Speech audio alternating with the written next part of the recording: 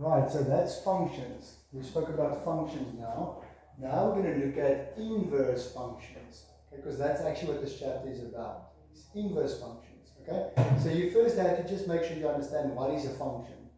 And now inverse functions is the main thing. So I'm going to use an example to explain inverse functions. So basically inverse functions is when you just swap x and y around. So when you say x, y, and you change it to y, x. That's the main thing of inverse functions, okay? You swap it around. So you're going to see now when we look at an example what happens with inverse functions. Okay, but that's the main thing of an inverse function that you need to understand. X, y becomes y, x when you swap it around, okay? So let's say I give you y equal to 2x squared. That's a parabola, right? Y equal to 2x squared. And I say find the inverse function, okay? The first thing you do is you swap x and y around. So you're going to say, make it x equal to 2y squared. You just swap it around. That's your first step, okay? Swap it around because we want the inverse, okay? Now, you can divide both sides by 2. Divide by 2, so therefore, they cancel out. So therefore, y squared will be x over 2. Okay, when you divide by 2 both sides, x over 2. Okay, now obviously you're going to get the square root. So now when you get the square root both sides, y will be plus minus the square root of x over 2. So when you want an inverse of a function, first step, swap the x and the y around, swap it around, then try to get y alone. That's it. For any inverse function, that's the 2 steps you take. Swap x and y around, try to get y alone. Okay, so this is now called the inverse function of the parabola. Now we're going to look at what this looks like. Okay, so if you think of the normal graph, y equal to 2x squared. Okay, think about it. Y equal to 2, we're not going to make it very big, the graph, but think about it. If you substitute 1, 2 times 1 squared is 2. So when I put 1 in for x, I get 1, 2 out. Okay, I put 1 in, I get 2 out. So I know the parabola has to go, the normal parabola has to go through that. The same with negative 1. When I put negative 1 in, I'm going to get 2 out. Because negative 1 squared is 1, 2 times 1 is 2. So I get 2 out. So I know, and then obviously if you put 0 in, you're going to get 0 out. So I can see that the parabola will look something like this. That's the parabola of y equal to 2x squared. Okay, it's going to look something like this. Okay, now the inverse function means you swap it around now. So if this coordinate here is 1, 2, and this one here is negative 1, 2, those two coordinates, then what's the inverse going to look like? You swap it around. So then 1, 2 becomes 2, 1. Negative 1, 2 becomes 2, negative 1. You just swap them around to find the inverse function. Okay? So 1, there's 2. So now 2, 1. So you go to 2 and you go to 1. There's 2, there's 1. So now that 1 and 2 becomes 2 and 1. Negative 1 and 2 becomes 2 and negative 1. So there's 1, there's negative 1. So now the inverse will go through those two. Okay, so if the normal graph went through negative 1, 2, 1 and 2, the inverse will go through 2 and 1 and 2 and negative 1. It's as easy as that. It's really as easy as that. And then what about this one? It was 0, 0, so it stays 0, 0. If you swap 0, 0 around, it's still 0, 0. So now you know the inverse will look something like this.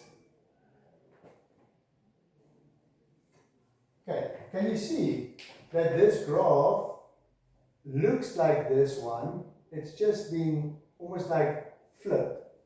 Okay, so you can draw a line here straight through the middle of these two. Okay, and you can say this is the line that goes straight through the middle there. Okay, straight through the middle. Okay, between the two graphs will be called the line y equal to x. Okay, think about it. It should make sense. It should make sense that when I take this graph and I reflect it in the line y equal to x, I say this is my reflection line. Then the reflection looks like this. Why? Because I reflected it. I took the y and I made it x, and I took the x and I made it y. So I reflected it. I swapped them around. Okay? So the line y equal to x is like your reflection line when you do inverse functions. Okay, then it's going to look something like this. But now the thing is, this is now not a function. That's why we're talking about functions. Because now this is not a function because I've got for one x value, I've got two y values. Okay, so now it's called one to many, which is not a function. So the first part of the question like this, they might ask you, sketch the inverse function or find the inverse function. And then the second part of the question, they might ask you, what can you do to make it a function? Or they might say, how can you restrict the domain of the function to make the inverse a function? Something like that. Okay, and it's as easy as this. If I want to make this one a function, I have to let go of that part. Because when I have both, then it's one to many. So if I let go of that part, if I only have this part, let's make it blue. If I only have this part, there, then it's a function. If I have both, it's not a function. What can I do to have only that part? Because the question might say, how can you restrict the domain? So what can I do to the original one to make sure that will be my inverse? The original one must just be that part. If I can only have this part for my original graph, then my reflection will only be that part. Okay, so I have to say for my original graph, I only focus on this part, then my reflection will just be that. I basically take that part away. I only focus on this part, then my reflection will be that part over there. So to make it a function, you can say let x be bigger or equal to 0. This is called your restriction.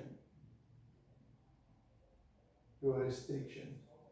For fx, okay, not for the inverse, for the original graph, if we say this original graph was fx equal to 2x squared, then for the fx, the original graph, you have to say, I'm going to restrict it by saying let x be bigger or equal to 0. That means I don't focus on the negative x values.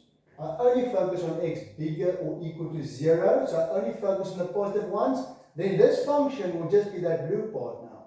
That part is gone, because I'm only looking at this restriction. Now the inverse will be a function, because I'm not looking at that part.